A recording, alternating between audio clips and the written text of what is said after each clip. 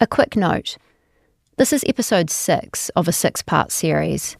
If you haven't heard the prior episodes, we recommend going back and starting there. It should also be noted that this series explores sexualized imagery involving minors and violence. Please take care when listening.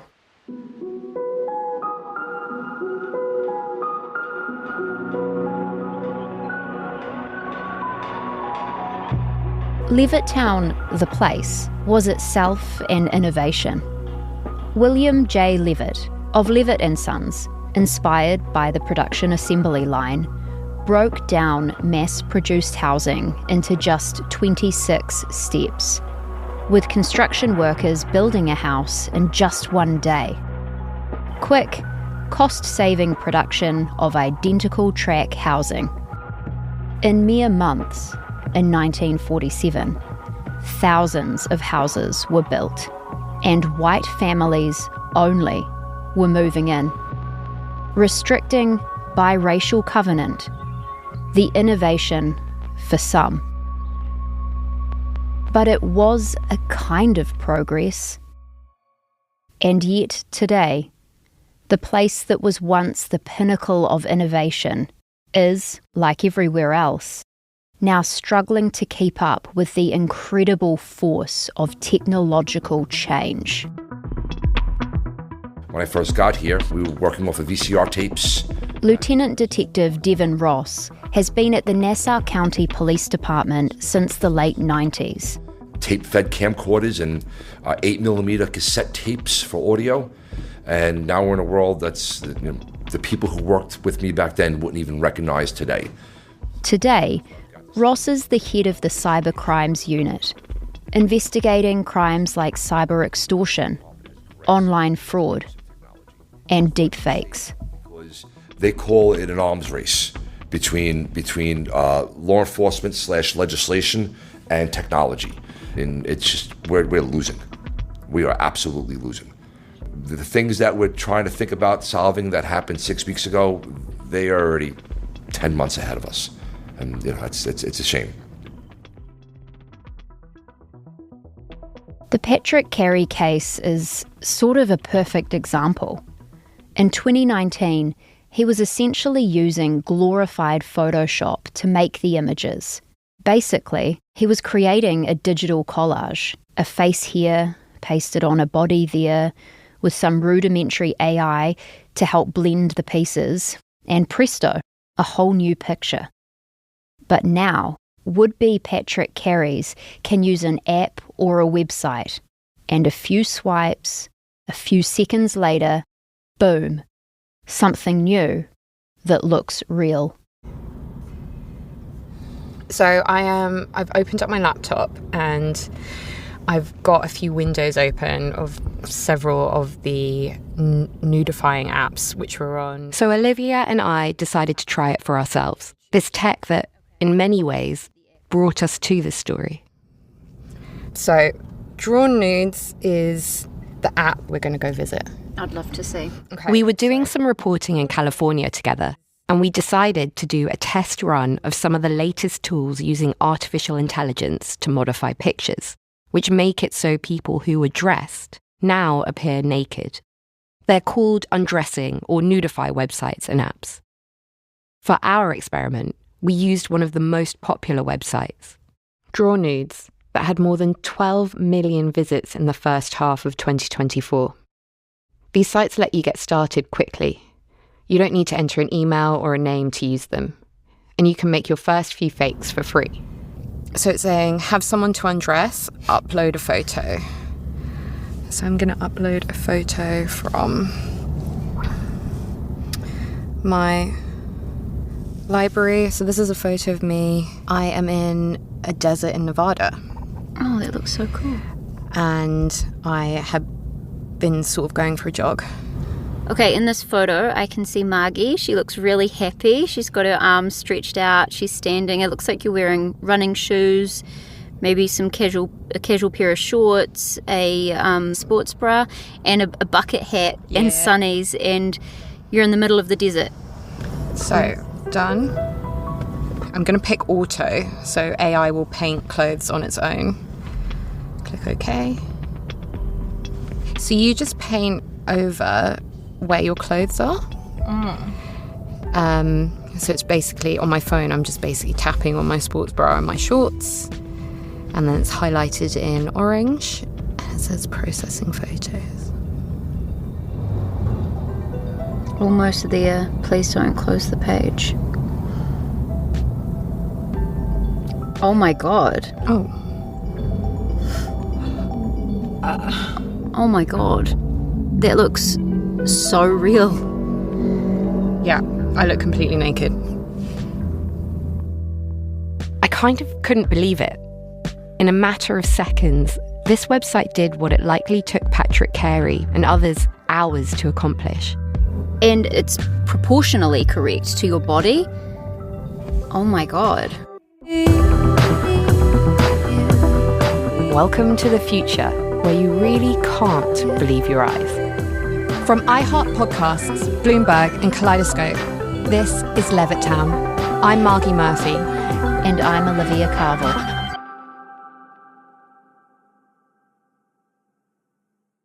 Nothing can quite prepare you for this. One moment, a smiling vacation picture. The next, you're naked. It's not really your body, and it's no longer your photo. It's completely surreal to see it happen, and a little weird to share it with a coworker. I found it hard to look Olivia in the eye for a moment afterward. I can't imagine what it would be like to have your classmates looking at something that feels so intimate. However, I created that particular image. I might not have known exactly what I would look like once the tech undressed me, but I knew basically what was coming. That's not often the case. Most people who make deepfake pornography haven't asked their subjects whether they're okay with it. They just do it. It's pretty much the reason these apps exist. So when a person learns that their image has been altered this way, for someone else's pleasure, it can feel like a violation. For many of the women we spoke to, it was a violation, a new kind of violence. As a society, we haven't even begun to grapple with this. Currently, it isn't a crime under federal law to create and share deepfake pornography based on adults. When it comes to fake nudes of children, the law is narrow and pertains only to cases where children are being abused. In March of 2024, the FBI did issue a public announcement saying child sexual abuse material, even if created by AI, is illegal. But again, the law they are referring to is quite narrow. So far, at least 25 states have tried to address this with their own laws and regulations. But it should be noted that federal law protects the hosting websites, whether it's a forum, social media platform, or internet provider, from being held liable for any content, even if it's illegal, posted to their sites. Meanwhile, app developers are racing to meet a growing demand to make better nudes faster. And many of the people who are using this tech aren't adults.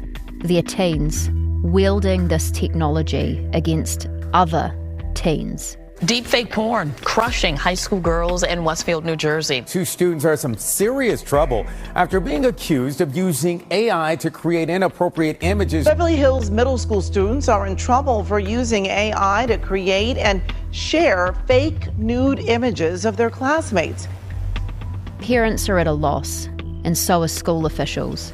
In so many places, there are no guardrails to make sure what happened in their school, in their town, doesn't happen again. Since I started reporting on Levittown in 2023, I've followed as cases like these have mushroomed across the country. But one in particular stood out. I didn't actually realize that it was such a big thing across the country. Detective Laurel Beer is one of two investigators in a small police department in Lancaster County, Pennsylvania. That's probably what surprised me the most, was that there's been so many cases that haven't ever gone to prosecution simply because they either didn't know how to use the laws to their advantage, or they didn't have a law that they could use to press charges for something like this. Lancaster is a place synonymous with farmland and the Amish, where it's pretty normal to see a horse and buggy clomping down the street. Because we only have two of us, we pretty much do every kind of investigation that comes into our office, from, your property crimes like burglary or trespassing, all the way up to, homicide if we would have it, but pornography cases, child pornography cases, stuff like that. That's something that we handle between the two of us. We handle several a year. In early 2024, Laurel got a call from a patrol officer. Parents whose children attended a nearby private school reported that one of the students had accidentally shared a photograph in a group text messaging thread. That photo was pulled from the social media account of a female classmate, but she'd been undressed with technology. It was a deepfake. The officer didn't know whether they could arrest this student, but Laurel had worked a similar case the year before. She knew that in Pennsylvania, any, quote, depiction of a child in a sexual manner, created by AI or not, can lead to a child abuse charge. It really helped move things along, I think, at a much faster pace because we knew where to go. The pictures in this case weren't being traded on a tributing website like they were in Levittown. This time, they were being shared between two classmates over a messaging platform called Discord, until one of them messed up and sent a deepfake to a larger group thread. But because the rest of the pictures were being privately exchanged, no one knew exactly who'd been deepfaked. So, students and families were panicking, and the detective wanted to provide answers. Like the police and prosecutors in Levittown, Laurel got a search warrant for online records and chat histories. It was a painstaking process to identify each victim.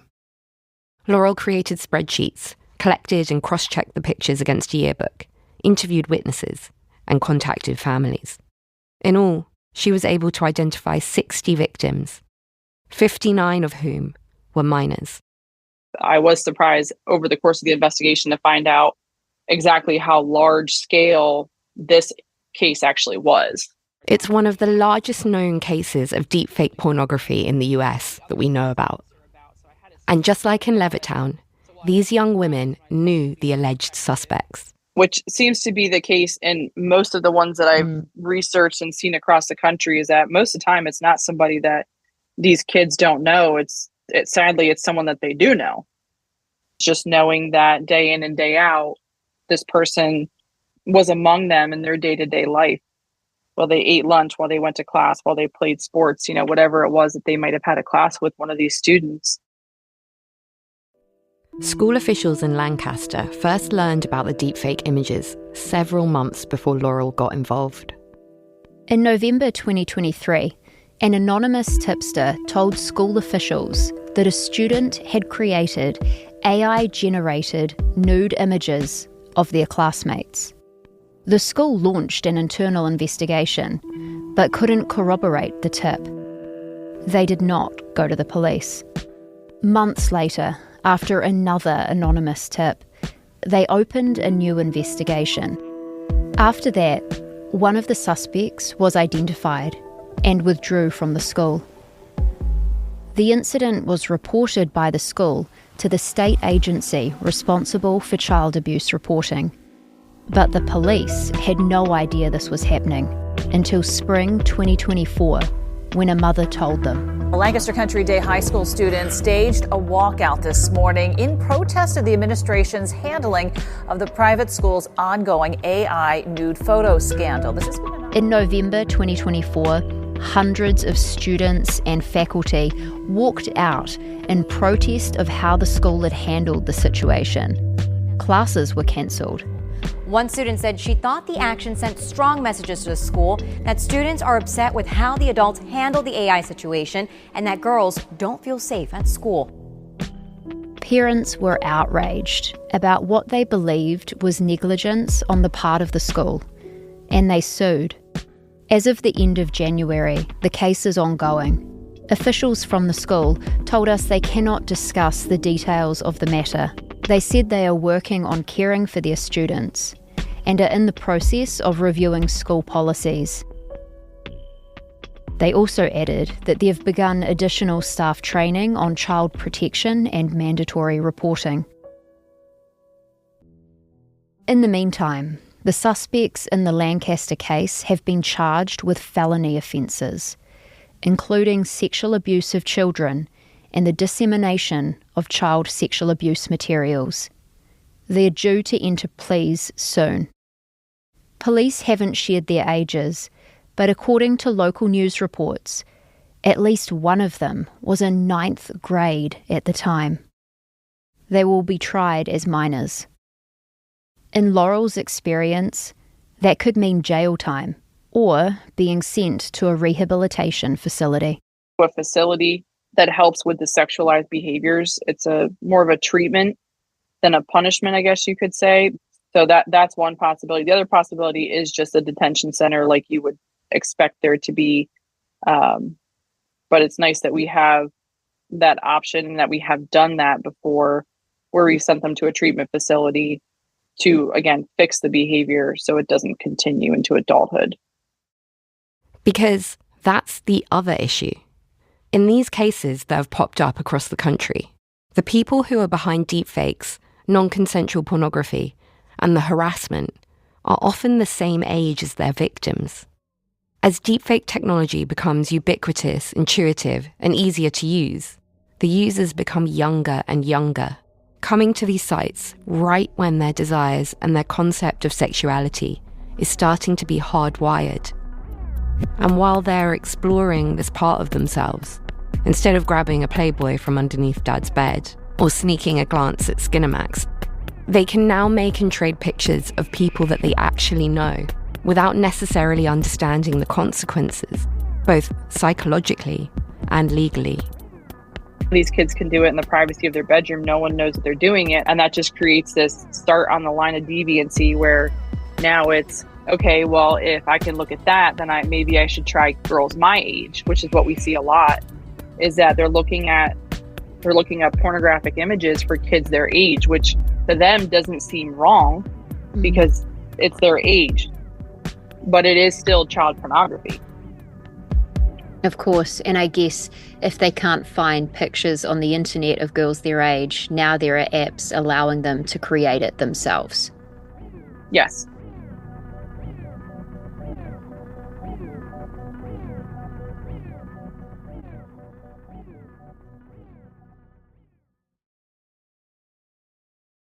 At this point, it isn't a crime under federal law to create and share deepfake pornography.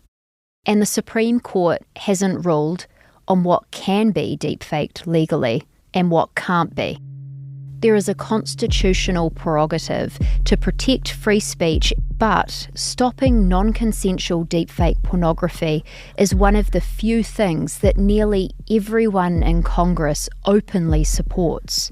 In fact, in 2024, the Senate unanimously passed a bipartisan measure that would regulate deepfake pornography, making it a federal offence to make and distribute non-consensual deepfake porn.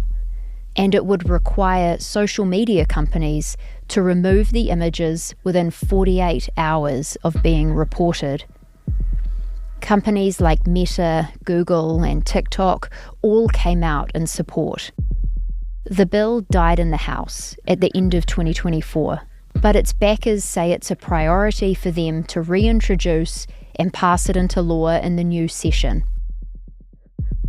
And while states are trying to pass their own laws, many are written so that only people under the age of 18 can be considered victims of deepfake pornography.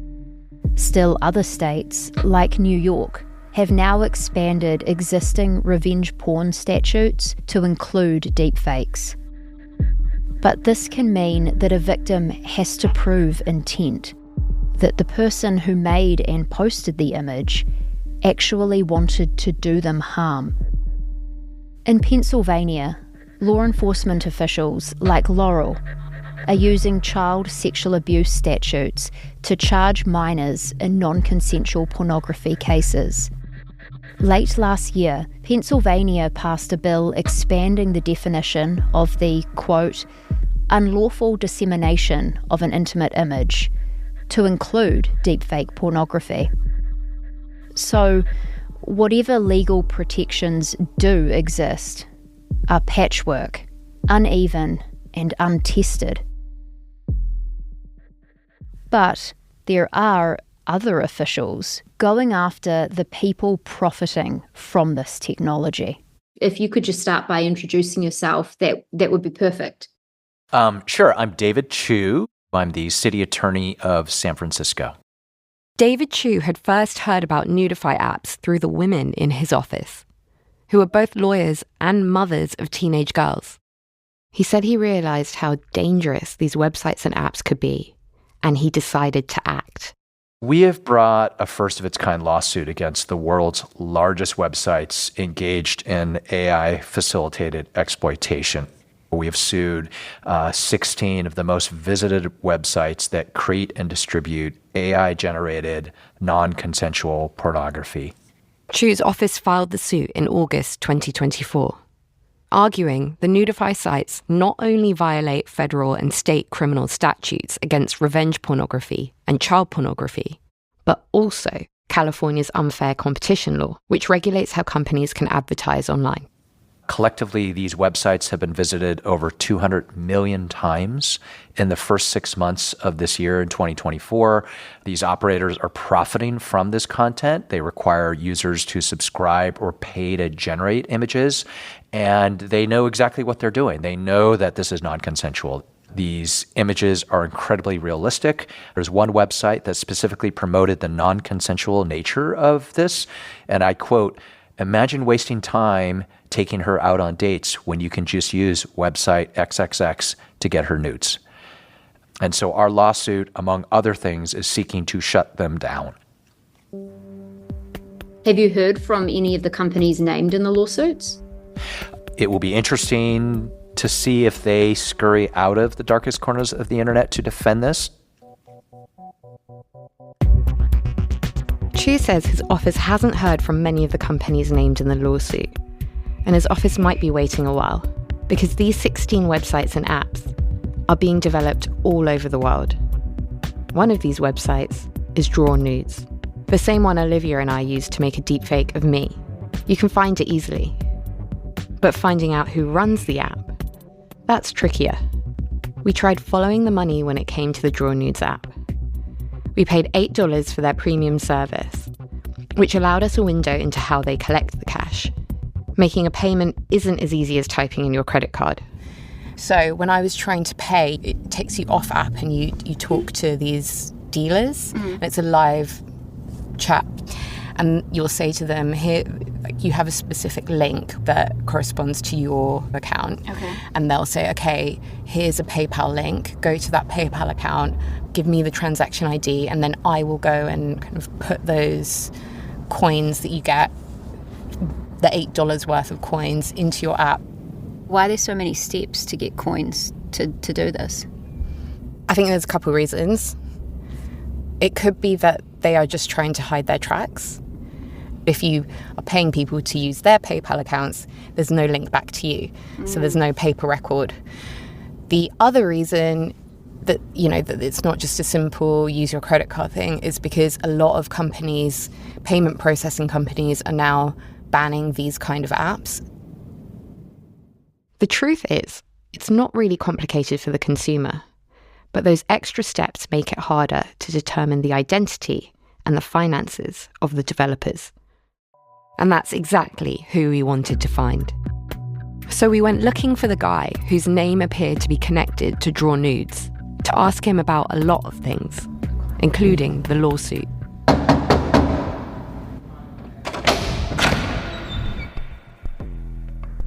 I was looking for a guy named Cyril. What I know about him is he appears to be in his early 30s and he's from Ukraine. His hair is long enough to tuck behind both ears. He looks more like a DJ than a tech mogul. He has an active social media presence and appears to have a model girlfriend. He moved to the United States before the war in 2021 and lives somewhere in the US. Cyril has several businesses. He's talked publicly about one of them, which acts as a sort of broker for internet ads. For a fee, Cyril's company helps a business to advertise on the web. Here he is at a conference in Thailand in December, talking about marketing supplements. This one promises everything, from weight loss to bigger muscles and better erections. I run the agency, and we help we help to some Nutra guys to scale or to build the Nutra offers or Nutra whitehead brands. But it was another one of Cyril's companies that caught our attention, Seoul Ecom, which was listed on the bottom of the Draw News homepage and in the David Chu lawsuit. Seoul Ecom has a registered address in Los Angeles. I spent weeks trying to contact Cyril and anyone who might know him. That's when we tried knocking on the place listed as Seoul Ecom's office. Hi. Hi. My name's Margi. Are you Kylo? No. Oh, okay. So I'm a reporter from Bloomberg. The person who answered said they'd never heard of his name or the business. But more than a month after I started looking for him, Cyril finally picked up the phone. We talked for maybe half an hour. During the conversation, Cyril was adamant that Seoul Ecom and Draw Nudes were separate companies. He said that, like his other clients, the developers of Draw Nudes app had come to him for help marketing their product. He also said he had actually met the app's owners. 2 men, he says. One, a Russian living in Cyprus, who was big in the porn industry. The other, a Belarusian who lived in the States. Cyril said that after reading several negative articles about the Draw Nudes app, he told the developers he didn't want to work with them anymore. Cyril told me that he and Seoul Ecom had not received any form of payment from Draw Nudes or its developers. We spoke several times, but after our last conversation, promising to speak again, we hung up, and then he ghosted me. I emailed, rang, sent Telegram messages, booked time on his Calendly. All the while, I watched Cyril attend a tech conference in Thailand, travel through Italy, and spend Christmas on a luxury ski vacation in France. As Cyril was off avoiding me and living his best life, 2024 came to a close, and with it, the Draw Nudes app and website went offline. Meanwhile, I was looking at other nudify apps named in the California lawsuit. One, which is called Cloth Off. It's even bigger than Draw Nudes, with almost 27 million visitors last year alone. As I clicked around the site and the app, I was struck by how similar the Cloth Off, Draw Nudes, and another site called Undress app were. They all have the same interface, same graphics, same text, same design, the same support assistant infrastructure. In fact, many of the top nudifying apps seem to be shell websites that hyperlinked to each other, moving internet traffic around to get people to pay up for a smaller group of services that all worked in exactly the same way. And when I was using Draw Nudes and had a question for customer service, up popped the Cloth Off name and logo. Same customer service, same company. I contacted customer service again to ask if Cloth Off or Draw Nudes had been bought or sold recently. I was assured the owners hadn't changed, but that the Cloth Off and Draw Nude websites had moved to a different domain for, quote, greater online recognition and to speed up its performance. Which may very well be true, but another effect of switching domains is to make it really difficult to trace the owners and hold them legally accountable. All signs point to one likely explanation. Cloth Off, Draw Nudes, and the Undress app, all sites named in the California suit, may be the work of the same people. We attempted to contact the sites via their service email addresses, but got no response.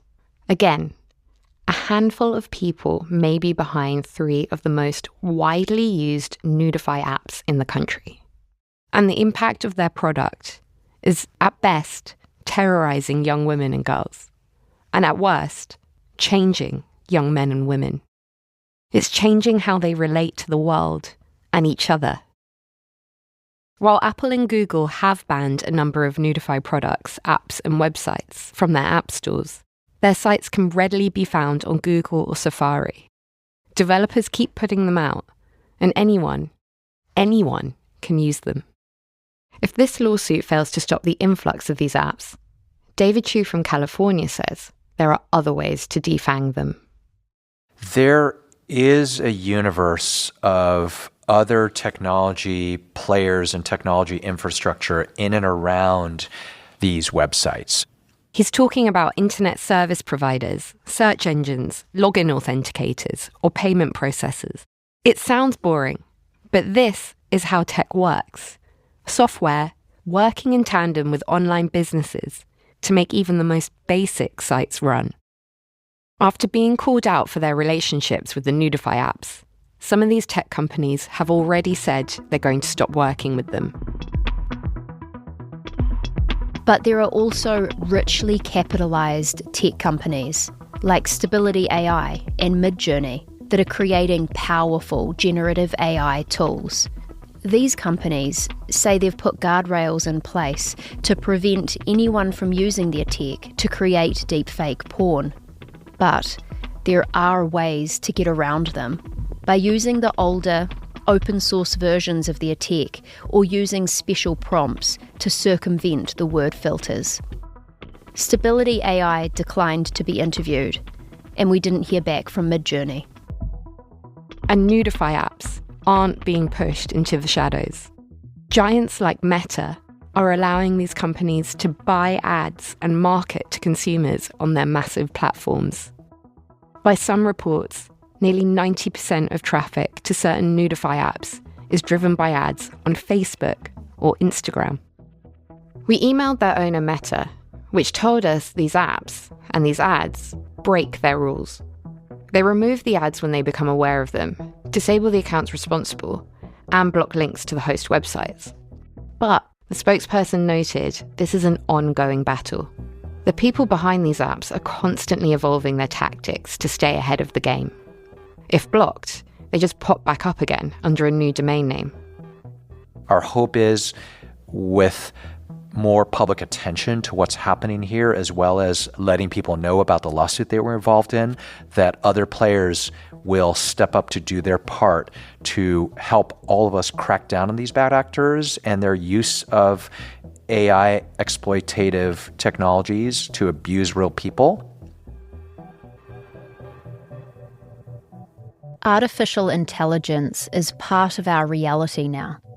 It's everywhere, and it touches every single part of our lives. But just because it exists, it doesn't mean it can't be controlled. This isn't science fiction. Robots aren't taking over.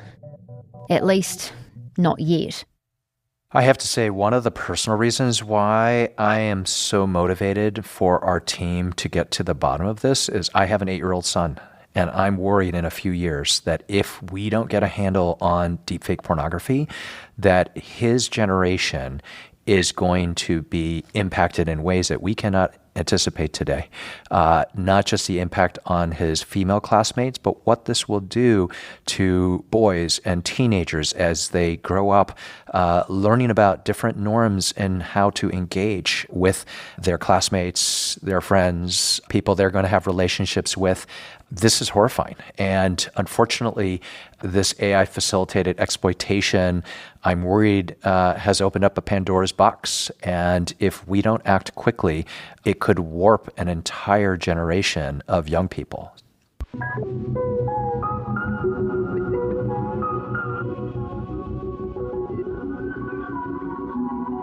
The Levittown case showed us that the stakes are high. Much higher than many of us realise. While their story was one of the first, it took us beyond deepfakes and tributing websites, beyond the hurt and fear experienced by a couple dozen school kids. Even now, it stands as a warning. I'd hope that after this case and his conviction, something's changed in the way that they approach these kinds of oversteppings of moral boundaries, you know?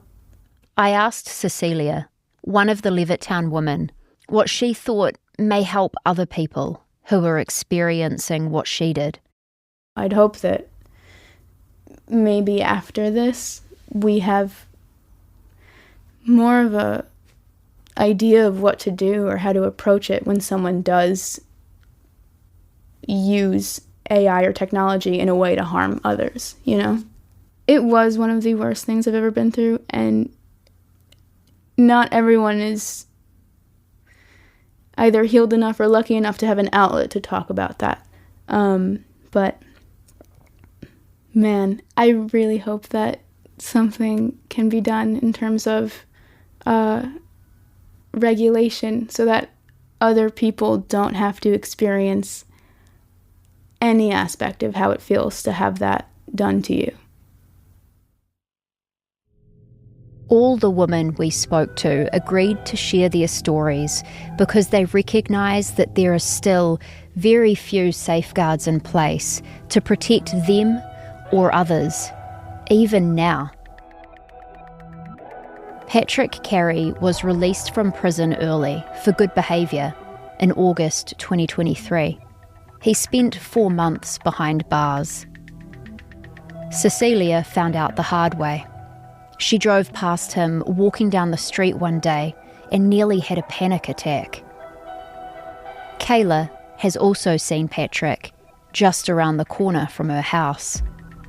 She has become, in a way, a de facto spokesperson, a role she may not have asked for, but because of her experience, she says she can't stay silent.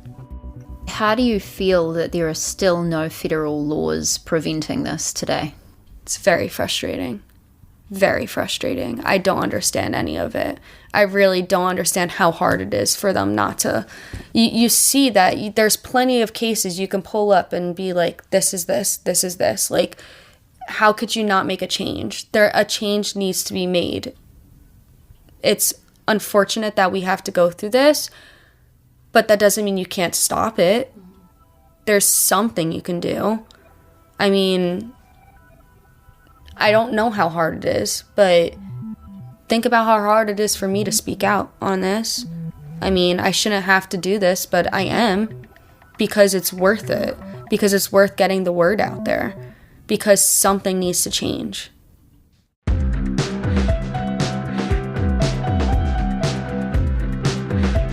This series is reported and hosted by Olivia Carville and me, Margi Murphy. Produced by Kaleidoscope, led by Julia Nutter, edited by Neda Tului-Semnani, producing by Dara Look-Potts, executive produced by Kate Osborne, original composition and mixing by Steve Bone, fact-checking by Lena Chang. Our Bloomberg editors are Caitlin Kenny and Jeff Grocott. Some additional reporting by Samantha Stewart. Sage Bauman is Bloomberg's executive producer and head of podcasting. Kristen Powers is our senior executive editor. Levittown archival clips provided by Screen Ocean Clips and Footage. From iHeart, our executive producers are Tyler Klang and Nikki Etor. Special thanks to Robert Friedman, Andrew Martin, Gilda DeCarli, Angel Resio, Victor Ives and Sean Wen at Bloomberg. Thanks also to Alex Stamus, Henry Ida, Matt Tora, Paul Manton and the Levittown Historical Society, Nassau County District Attorney Anne Donnelly and Nicole Turso. And thanks to all the young women and parents in Levittown who spoke to us as we reported this story.